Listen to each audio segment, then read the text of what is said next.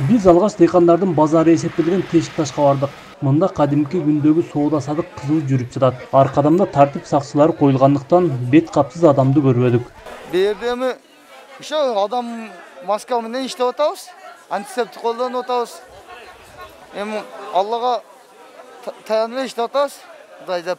Бу жерде эле ошо 1,5 метр, 2 метрден аралык сактагыла деп атат. Эми ошо сактап иштеп атабыз. Кудайга шүгүр. Адамдар маска менен жүрүшөт баары эле. Базар кире беришине атайын эскертме тактайчылар орнотулган. Ага карабай аралыкты сактоого көпчүлүк көңүл деле бурбагандай. Бул Жашылча базарды көпчүлүк Ош шаарында Тешик Таш базары деп тааныйт. Карантин абалы киргизилгенден бери бул базар такыр эле жабылган эмес. Бирок өзгөчө кырдаалдар кызматкерлери эки маал бул жерлерде дезинфекциялоо иштерин жүргүзүп жатыптыр.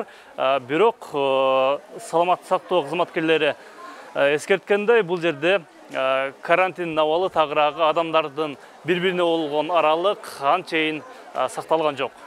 Эми шаардын чыгыш тарабына жол тарталы. Адатта адам көп болуп, бут коерго жер таппаган Фрунзе базары. Бул жайда адамдар эле эмес, соодагерлер да аз экен.